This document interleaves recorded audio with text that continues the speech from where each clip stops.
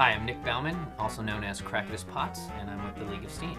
And today I'm going to show you a few of my contraptions. First, I'd like to start off showing you the falsities and anomalies unit based off of Professor Voigt and Dr. Kamp's research. It's basically a lie detector unit. So let me give you a shot here on the side, and also the front. What I'm going to do is wind it up first, get some of the clockwork inside going. And then what you do is you'd have a subject sit on the other end of this device, and you'd get them adjust the vision hole to their eye and get them to look through this unit with the other eye.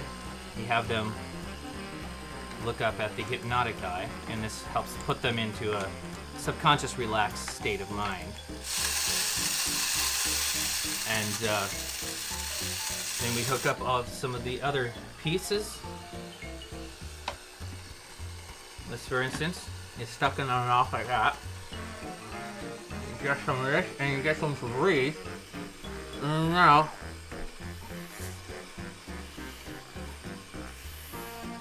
and that gets the bellows here flowing up and down.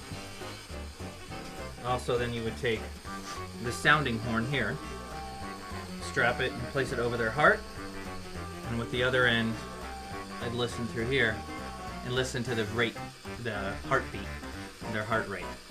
So with all of these things in mind, their vision, pupil dilation, their breathing, and their heart rate, you'd ask them a series of questions, and depending on their answers and their responses and the pupil dilation and the heart rate increase and the breathing increments, you can put that all together and tell whether they're lying or not. It's a bit of a production, but so far it's been fairly successful.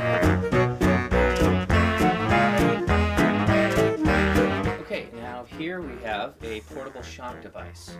This device is worn like a backpack with straps slung around your back, and this is primarily used for corralling, either corralling people in too big of an area. Mainly the League has been using it for zombie corralling.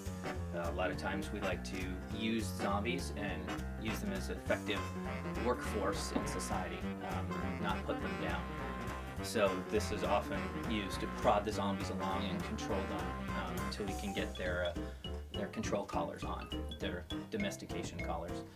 So this device here is, in the jar we have baby electric eels, and these baby electric eels, so you crank them up here, flip these switches, get them going.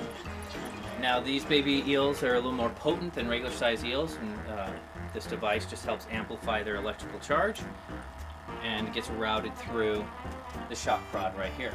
So I'll get a volunteer. John, if you please, just grab the ends, get a strong firm grip on the ends and complete the circuit, and we'll get a nice little shock through there. You can see his arms twinging. Thank you, sir. So it's probably about a 12 volts or so. It's not a real bad shock, but it's a great party trick. You can get groups of people together, all holding hands, and complete the circuit, and you can feel the little pulse through everyone. It's a lot of fun. We've also found that we can use this device, flip the switch, as a minor medical electrical help. If you're feeling some tendinitis or a sore leg, you can put the prods on that area, and the electricity will just help get the blood circulating. It feels a lot better. And also sometimes if we need a little bit more amperage, we move up to this device here, and we can clamp it onto certain areas. John? Yeah.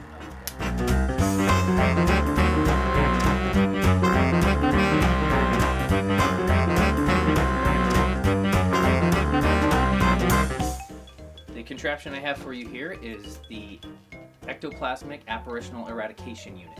It's basically a Victorian proton pack for hunting ghosts. So I'll walk you through what it does and how it works. First of all, we check that our boiler's working and smoking. It's starting to boil the water. We'll start turning the key here, and that gets the gears starting to turn. That's how the gears should start going.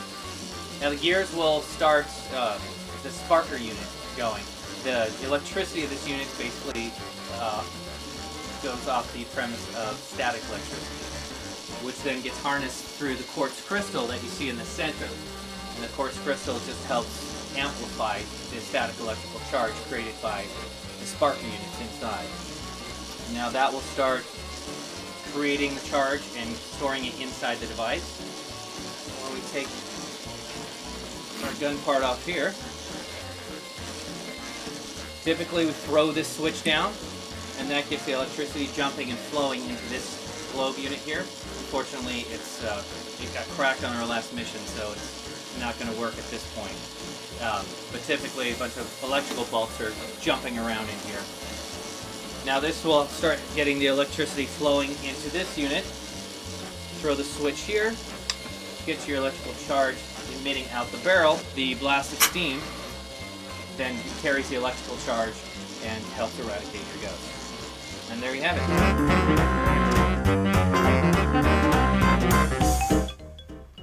Now this device is usually powered by the Porta Boiler.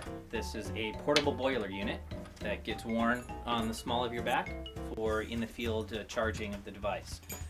Furnace is on here, water tank here, and it heats up the water, creates steam, and that creates a compression, which then we put compressed air essentially inside. Like I said, we'll go to about 120 pounds pressure. That should be enough for now. Close the valve. And then we're good to go.